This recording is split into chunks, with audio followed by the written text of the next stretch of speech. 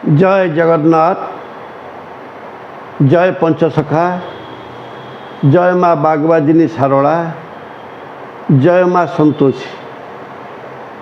आज यही पवित्र दिन में मु गुरुतत्व उपर किसी कहबी, ता सहित ये समयर विभीषिकारु किपर सब रक्षा पाइबे से विषय किसी पथ देखाइबी। तेणु जो माने गुरु परंपरा भितर अच्छी से जगन्नाथ निश्चिंत कथा होची महाबाहु घोड़े रखिए। कारण जगन्नाथ हेले सृष्टिर कर्ता, सृष्टिर गुरु, सृष्टिर रक्षक, सृष्टिर पालनकर्ता और सृष्टिर तारणकर्ता। तेणु गुरुपादे सेबह चाट, जदि पढ़ू तू अपढ़ा पाठ।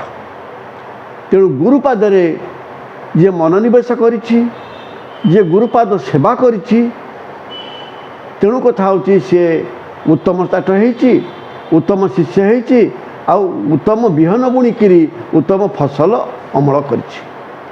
तेणु आज से गुरु कथा मु कहबी जो गुरुंकर रूपरेखा नाई,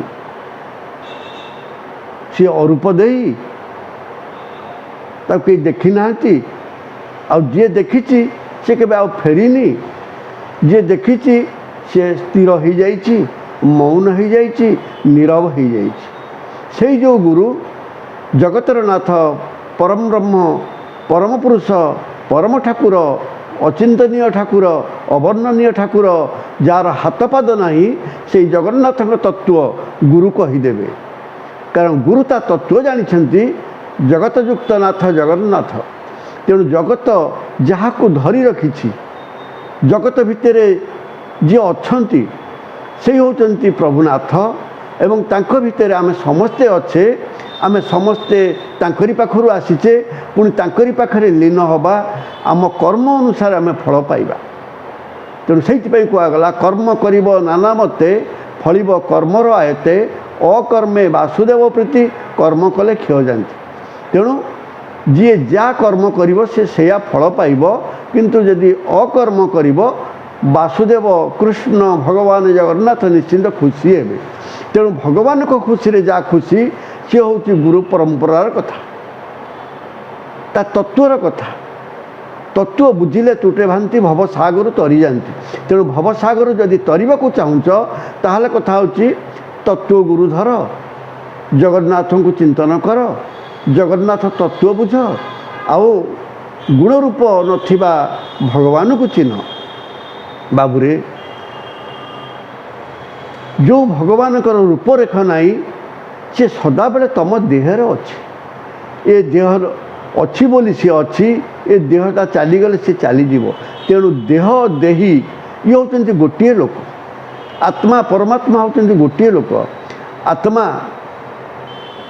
तार निजस्व काम करने सहित, संसार सुख करने सहित, संसार मुहरे पड़ा सहित, माया जंजाल घांटी हवा सहित मोर मोर एमती हो चलुछि। से मोर मोर भाव कटिबा पाई परमात्मा को चिंता करने दरकार। कारण ये जीवात्मा परमर अंश विशेष, से परम पाखरु आसीछि, किंतु ये मोहरे, ये मायारे, ये भूखंड भितर, भूधरा भितर ताकू सब भूली जाइछि। यही भूला मन को पुणी चैतन्य फेरे आनिबा पाई गुरुंकर आवश्यक अच्छी। गुरु ताकू सही कथा मन पकई देबे, ब्रह्म दर्शन करई देबे, आओ परम को चिंतन करिवार बाट देखई देबे। कारण पिंड भितर अछंती परम, आ से परम को पाइबा पाई हेले आमको कथा होची आत्मज्ञान आवश्यक अच्छी। तेणु आत्मा परमात्मा को दर्शन करई परिबो। तेणु सेहित पई कहगला गुरुपादे सेबह चाट, जदि भेटबू तू परम भेट, जदि पाइबू तू परम भेट। जदि तू परमर भेट चाहूचु, ताले गुरुपादरे खट। तेणु गुरु बाह्य गुरु आ गोटे भीतर गुरु अच्छा।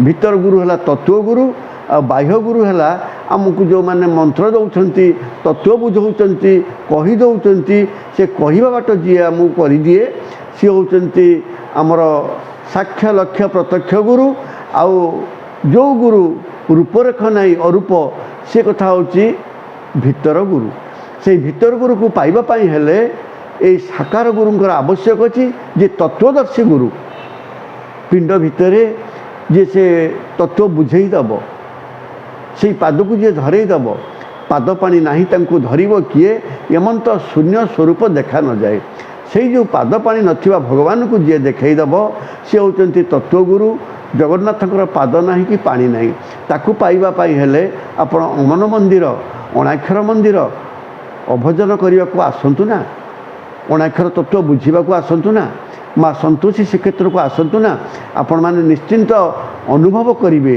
कारण कथा हूँ कलिर शेष समय सत्यर आगमन समय वर्तमान देश देश भितर विभीषिका लगिगला भूमिकंप बहुत स्थान है अग्नि बहुत स्थान लगिगला अल्पायु समस्ते हो गले स्ट्रोक हो जाऊँगी लोक कथा अर्ध वर्ष चली जाऊँगी गाड़ी धक्का हो ट्रेन धक्का हो प्लेन धक्का हो तेणु कथा हूँ आपण मैंने वित्तपातरू रक्षा पाइबापी हेले से अमन मंदिर नाम धरतु से भक्तटीए हो जातु जब गुरुपादे खटतु गुरु निश्चिंत कहीदेवे से गुरु कथा कहवाई संतोषी श्रीक्षेत्र भद्र ग्राम केन्द्रापड़ा जिला गरदपुर ब्लॉक पौसुदा पंचायत भद्र ग्राम माँ संतोषी श्रीक्षेत्र कला ब्रह्मगुणाक्षर मंदिर कला आपण मानू गोटे नंबर दौची से नंबर रे जोगाजोग कले बहुत कथा जानीपारे थे आसतु ना से नंबरटी है 6371041934 जय जगन्नाथ जय जगन्नाथ जय जगन्नाथ।